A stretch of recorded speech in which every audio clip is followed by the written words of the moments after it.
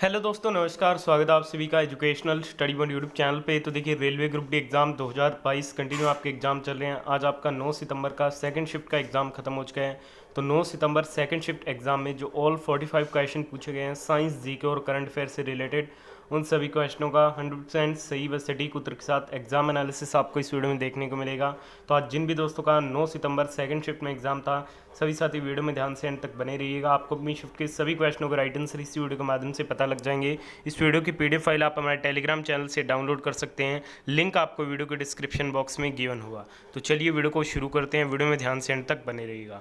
तो देखिए दोस्तों, सेकंड शिफ्ट का पहला क्वेश्चन आज आपसे पूछा गया, खर्ची पूजा को भारत के किस राज्य में मनाया जाता है। देखिए दोस्तों, जो खर्ची पूजा है इसे भारत के त्रिपुरा राज्य में मनाया जाता है। तो त्रिपुरा इस क्वेश्चन का आपका बिल्कुल राइट आंसर था। यह त्यौहार मुख्य रूप से त्रिपुरा राज्य से उत्पन्न हुआ है। पहले ये त्रिपुरा के शाही परिवार का त्यौहार था। वर्तमान में यहाँ तक कि सामान्य परिवार भी इस त्यौहार को मनाते हैं। यह 10 दिनों की अवधि में मनाया जाता है और प्रत्येक वर्ष जुलाई के महीने में होता है। यह त्यौहार भगवान शिव के सम्मान में मनाया जाता है। ठीक है, तो ये आपका बिल्कुल राइट आंसर था।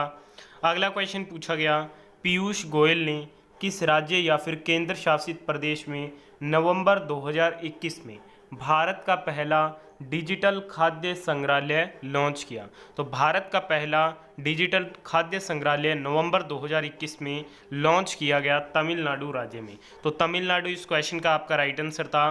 पीयूष गोयल ने नवंबर 2021 में तमिलनाडु में भारत का पहला डिजिटल फूड म्यूजियम लॉन्च किया। इसे भारत का पहला खाद्य सुरक्षा संग्रहालय भी कहा जाता है। यह तमिलनाडु के तंजावुर में स्थित है, जहां 56 साल पहले 14 जनवरी 1965 को एफसीआई का उद्घाटन भी किया गया था। अगला क्वेश्चन पूछा गया कि वर्तमान में संसदीय कार्य मंत्री कौन है। तो वर्तमान में जो संसदीय कार्य मंत्री हैं वो हैं श्री प्रहलाद जोशी। तो श्री प्रहलाद जोशी इस क्वेश्चन का आपका बिल्कुल राइट आंसर रहेगा। अगला क्वेश्चन पूछा गया कि आईपीएल 2022 में स्टैटिक टाइम आउट्स को बढ़ाकर कितना किया गया है।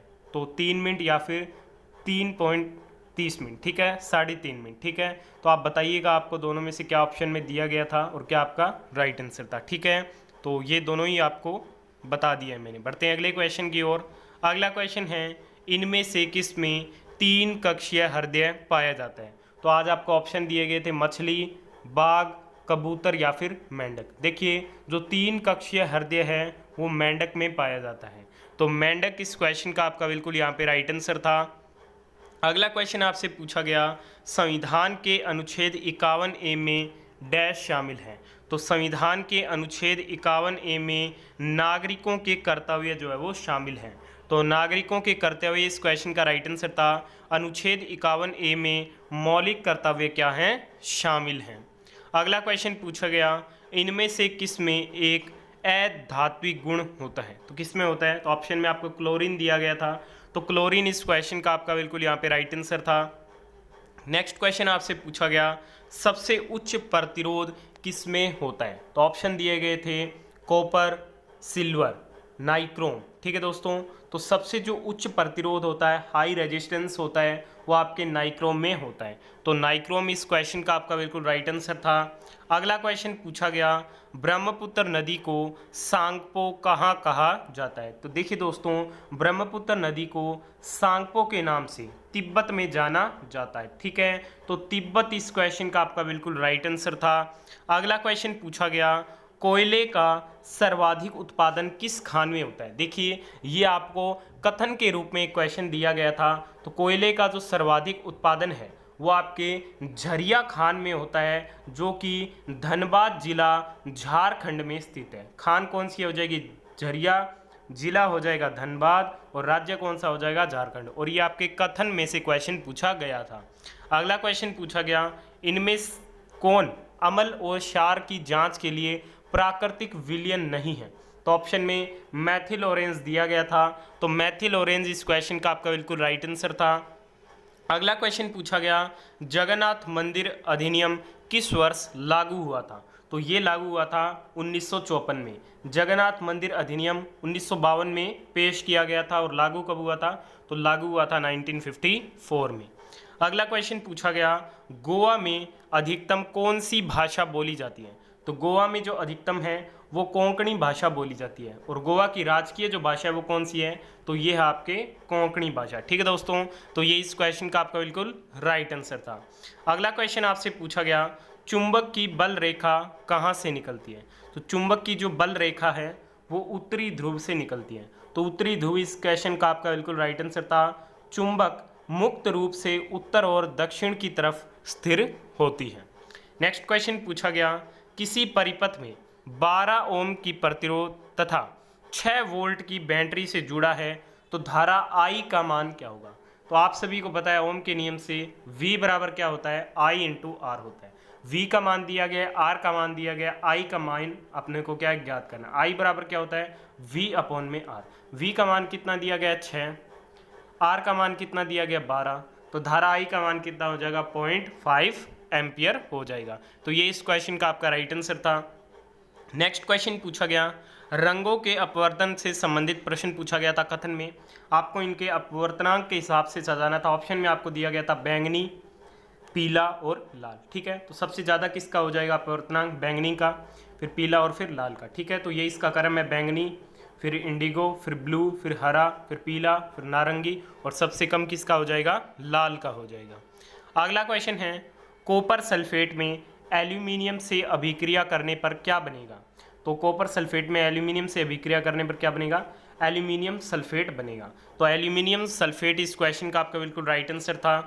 अगला क्वेश्चन पूछा गया, यदि कोई तत्व ऑक्सीजन से अभिक्रिया करता है तो उसे क्या कहा जाता है? तो इसे ऑक्सीकरण या अपचयन अभिक्रिया कहा जाता है। तो ऑक्सीकरण या उपचयन अभिक्रिया इस क्वेश्चन का आपका बिल्कुल राइट आंसर था।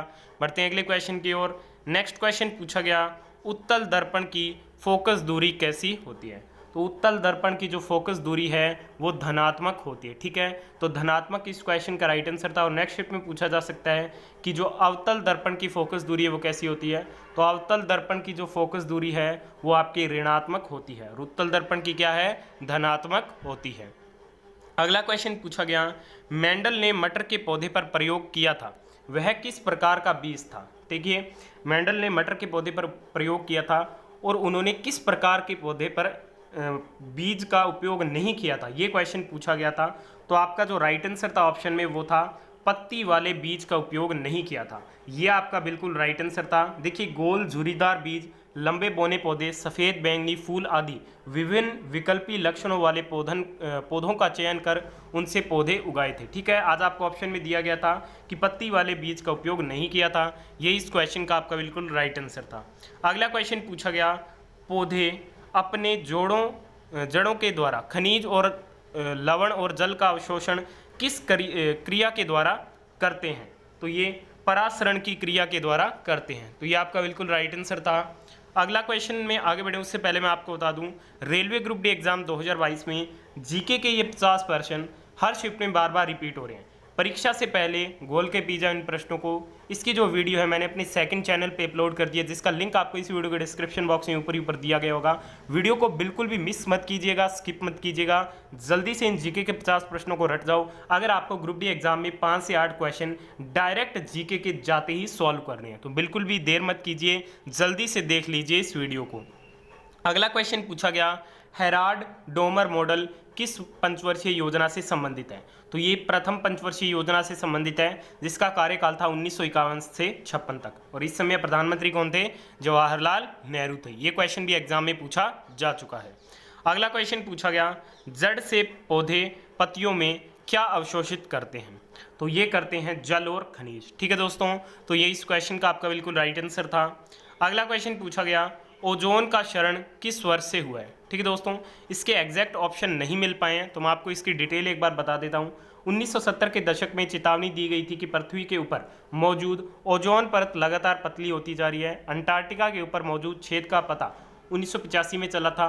1987 में मॉन्ट्रियल प्रोटोकॉल के तहत ज़्यादातर देशों ने क्लोरोफ्लोरोकार्बन पर प्रतिबंध लगा दिया था, जिसका इस्तेमाल कॉलिंग के लिए किया जाता था। ठीक है, इसके एग्जैक्ट ऑप्शन नहीं मिल पाए हैं, तो अगर आपको पता है तो कमेंट ज़रूर कीजिएगा।